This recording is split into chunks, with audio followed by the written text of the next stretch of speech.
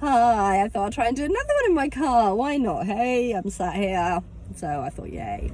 Right, before I start, please subscribe to my YouTube channel. Please press the button below. Please comment, let me know what you think. Let me know if there's anything in specific you want me to talk about.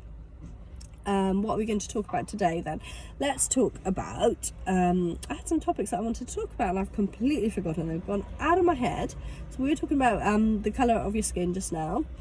We can also talk about things like paedophilia is a subject that is very controversial and nobody wants to talk about it, nobody wants to discuss it, nobody wants to mention it. You know, it's all hush hush. We don't talk about paedophilia, you know, we just pretend it doesn't exist and we pretend it doesn't happen. Well, we all know that paedophilia does exist, that it has existed from the beginning of time.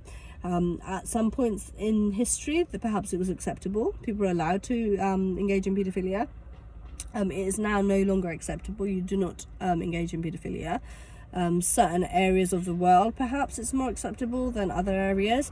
Different age groups, there's a lot of debate, I guess, that some people feel that when young girls reach puberty, that they are at an age of consent. But in the Western world, for example, in UK, 16 is considered the age of consent, or 18 is considered as an adult. I think you can marry at the age of 16 with your parents' consent, but without your parents' consent, you have to be 18 to get married.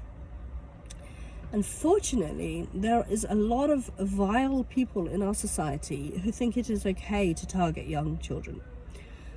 You get incest, you get step parents abusing children, you get extended family members abusing children, you've got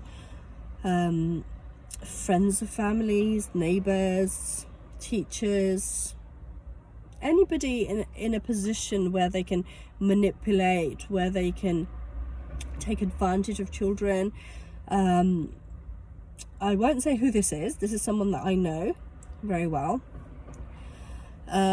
His niece was 13 years old. He was married.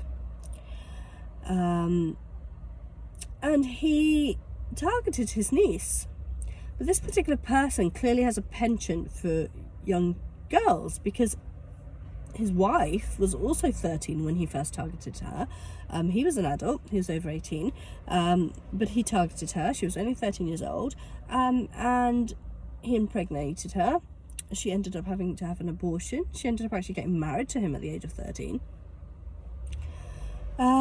But she wasn't allowed to, she's a British citizen, so she wasn't allowed to show that she was married, so she had to get an abortion because she fell pregnant. She had to get an abortion.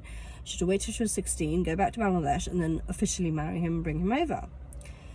But this person, this paedophile, clearly has a penchant for 13-year-old girls, because his niece, who's also his wife's niece, was also his niece, was also 13 years old, 3 years later, and he was targeting her. And it's very hush-hush exactly what happened. The girl would know, the guy would know, and possibly one or two close members of family, but they try and keep it hush-hush, so, you know, the full details I do not know.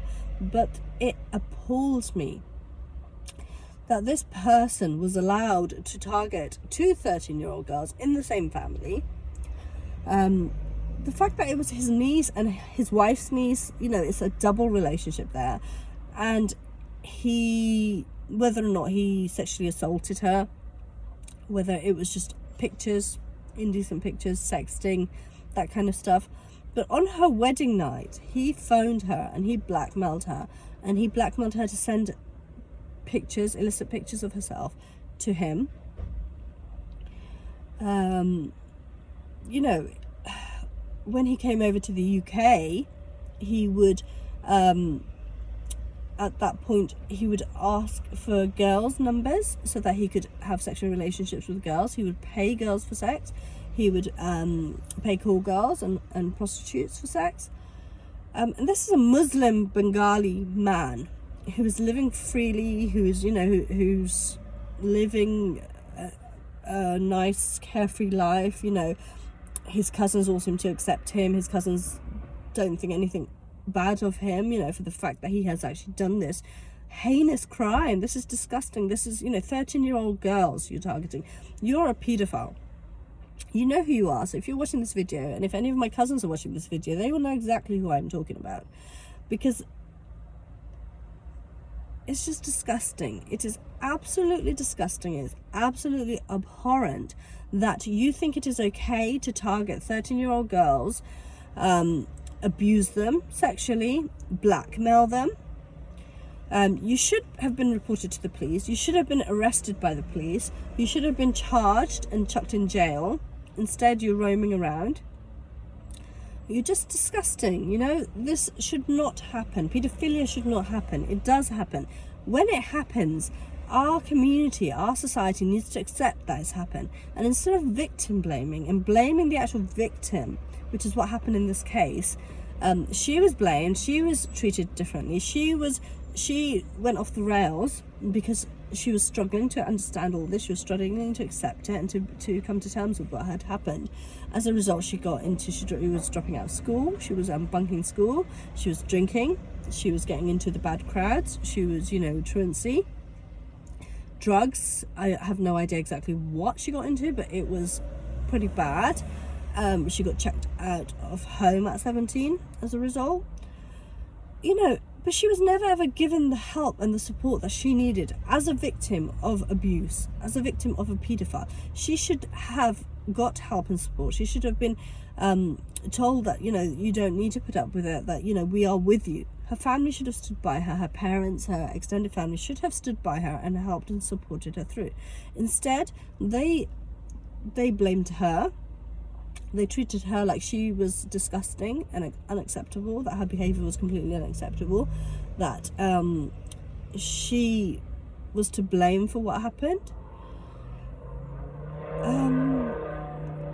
If she's watching this video, she'll know who she is. And I just want to say, you weren't to blame. It wasn't your fault. Whatever happened was not your fault. You are not to blame for it. You should not have been held responsible for it. You were just a child. You knew no better. The adults in your life should have known better. He should have been arrested and punished for it. He should have been thrown in jail for it because it's paedophilia.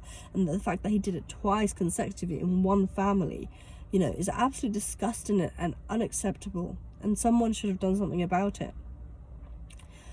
I was kept in the dark because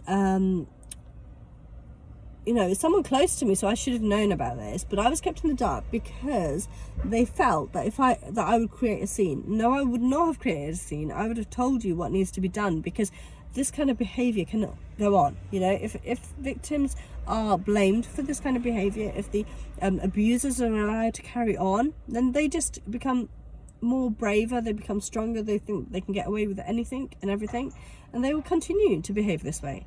It's not acceptable to prey on young children, regardless of the age. You hear about babies, you hear about toddlers, you hear about preschool age, any age group.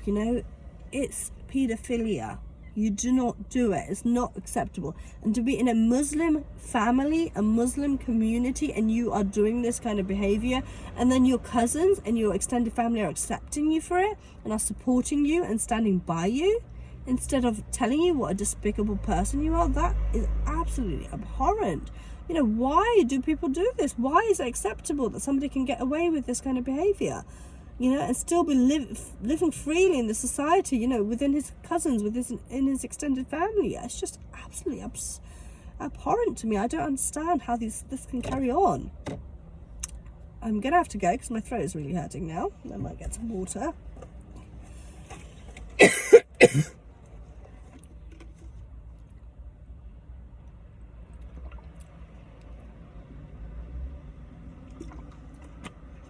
Be a bit better. Right, so before I go, please subscribe to my YouTube channel. Please comment below. Please let me know what you would like me to talk about in the next video.